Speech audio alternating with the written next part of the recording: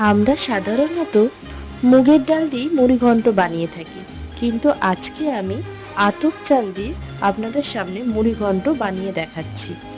কড়াইতে আতপ চালগুলো ভালো করে নেড়ে আমি তুলে নিলাম।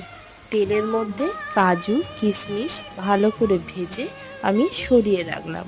ওই তেলের মধ্যেই মাছের মাথাগুলোকে ভালো করে ভেজে কড়াইতে শুকনো লঙ্কা, গোটা গরম মশলা, তেজপাতা দিয়ে পেঁয়াজগুলোকে ভালো করে ভেজে টমেটো দিয়ে নুন, আদা রসুনের পেস্ট আর কিছু গুঁড়ো মশলা যেগুলো আমরা রেগুলার ইউজ করি, হলুদ গুঁড়ো, লঙ্কা গুঁড়ো, জিরে গুঁড়ো, ধনে গুঁড়ো দিয়ে চালগুলো তুলে দিলাম।